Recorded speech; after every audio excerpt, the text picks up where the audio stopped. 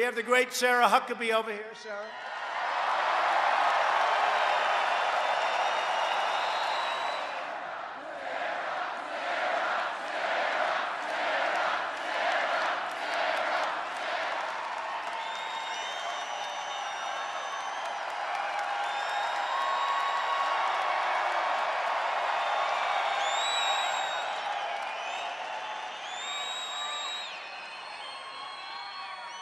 Thank you, Mr. President.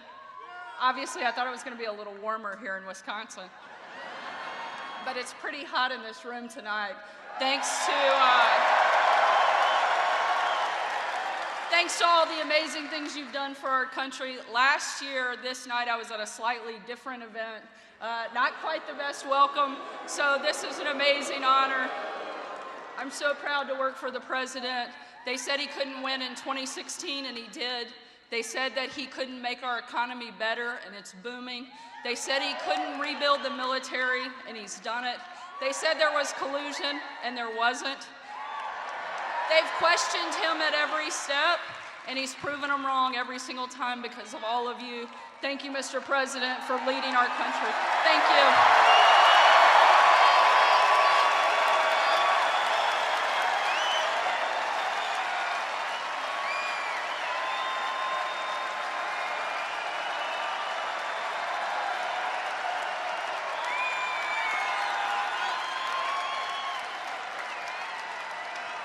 Oh, she doesn't get it.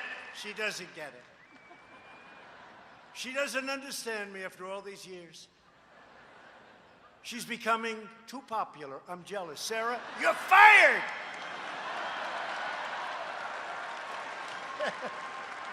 She was wondering what was that all about. Since the election, we've created more than 6 million new jobs. Nobody would have believed that. If I said this when I came here often, I came here often. Remember I came and they didn't like certain people that were with me. They booed the hell out of those people, right? But they liked me. That's all that mattered. If I would have said 6 million jobs we're going to create by this time, 2.5 years. Can you believe how time flies? 2.5 years already. I said the other night, I remember first night standing in my bedroom. I should say our bedroom. With our great First Lady. I said, do you believe? First night, I said, here we are in the White House. And 4 years sounded so long away. And now 4 years is coming up. We're 2.5 years. And no administration has done as much as we have in the first 2.5 ever. So,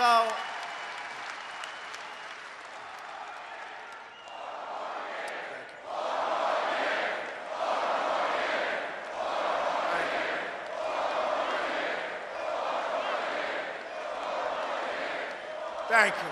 And by the way, yesterday was our First Lady's birthday. And people love her. We're about the same age, very close. But if I would have said that we would be, in 2.5 years, creating 6 million jobs, people would have laughed. 600,000 manufacturing jobs. Remember, President Obama said manufacturing jobs are gone. You need a wand, a magic wand. We found the magic wand because they're coming and they're coming fast. And those are great jobs. And remember this, if I make any misstatement, if I'm off by just a little tiny bit, those people back there will be headlines. So I have to be very careful. Fake news, they're fake. They are fake. They are fakers.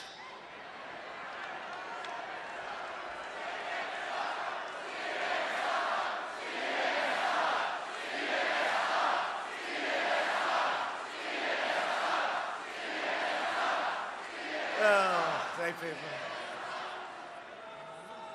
I'll tell you, you know what sucks? Their ratings suck because people don't believe in them.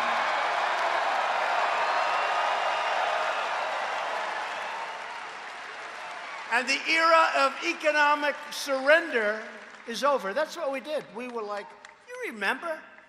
I used to do it when I was a civilian, when I had no idea I was going to be running for president. Right? I had no idea. I used to say, what the hell is going on? In Michigan, they gave me an award 6 years, 7 years ago. I had no idea. It was the Man of the Year in Michigan. I went to Michigan. I said, do you people know what's happening? You're losing all your car companies. They're all leaving. They're going to Mexico, Canada. They're leaving. They're going to China. Do you know what the hell is? And this was before I was thinking about running for office. But I've been saying it for 20 years. And now we've stopped it. Those companies are all coming back. It's great.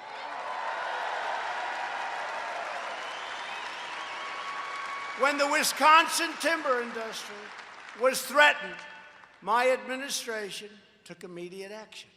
We imposed tariffs on dumped foreign goods and subsidized products and saved countless timber jobs all across this great state. And you know that. You know that, Sean. Big difference, right? They were losing, you were losing a lot of jobs. And they were taking the timber from other states and other countries. Nope, not anymore. We're doing good. Before I took office, one of the gravest threats to the future of American manufacturing was the previous administration's Trans-Pacific Partnership. You think NAFTA would have been bad? This would have made NAFTA look like a good deal. The TPP would have decimated U.S. manufacturing and gutted America's auto industry. It would have gutted the industry. And they were dying to do this crazy deal. I also ended up another one, you know, the great Paris Accord. How is Paris doing lately? How's Paris? How's Paris doing? Send all the money to countries that the people never heard of and raise their taxes. I ended that one, too. I thought I was going to take a lot of heat on that one. Saved a lot of money, saved a lot of jobs, saved a lot of businesses. I said, you know, when I end this Paris Accord, I'm going to take heat. I didn't even take heat. My people understood it. It was a ripoff. It didn't allow us to use our wealth. Would have stolen our jobs. But just take a look at what's happening to other places where they're trying to do it. And we had something we would have never, ever been able to adhere to the rules. They were so strict on us. You know, China can sign rules. They're not going to be sued by Greenpeace. If Greenpeace goes to China, that's the end of Greenpeace. You never see him again. So China doesn't care if they violate Greenpeace and some of these other wonderful environmental groups. But the United States gets sued.